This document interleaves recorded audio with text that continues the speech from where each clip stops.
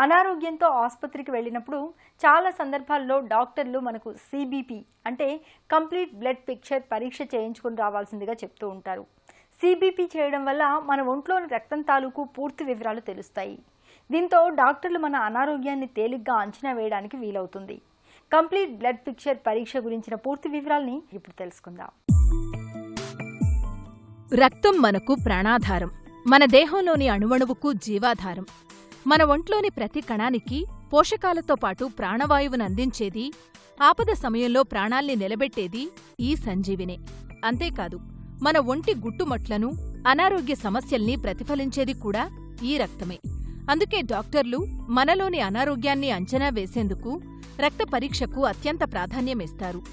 మన శరీరంలో దాదాపుగా 4.5 నుంచి 6 లీటర్ల వరకు రక్తముంటుంది. ప్రాణాధారమైన ఈ రక్తంలో ఎర్ర రక్త కణాలు, తెల్ల రక్త కణాలు, ప్లేట్లెట్ కణాలు, ప్లాస్మా అనే 4 కీలకమైన పదార్థాలు ఉంటాయి.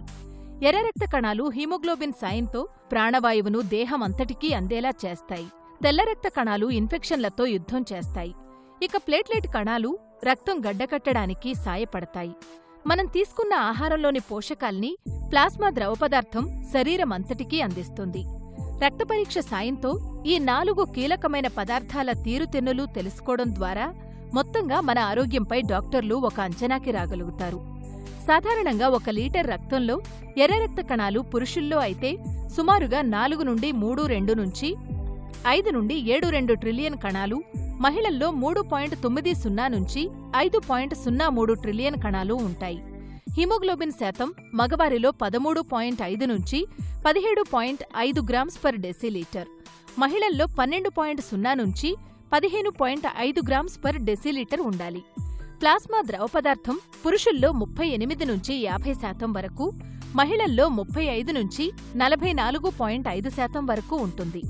ప్లేట్లెట్ కణాలు సుమారుగా 1,50,000 నుంచి 4,50,000 పర్ మైక్రోలీటర్ ఉండాలి.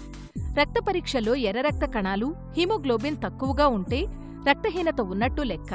ఎర్ర రక్త కణాలు, హీమోగ్లోబిన్ ఎక్కువగా ఉంటే పాలిసైథీమియా లేదా గుండె జబ్బుకు సంకేతంగా అనుమానించాలి.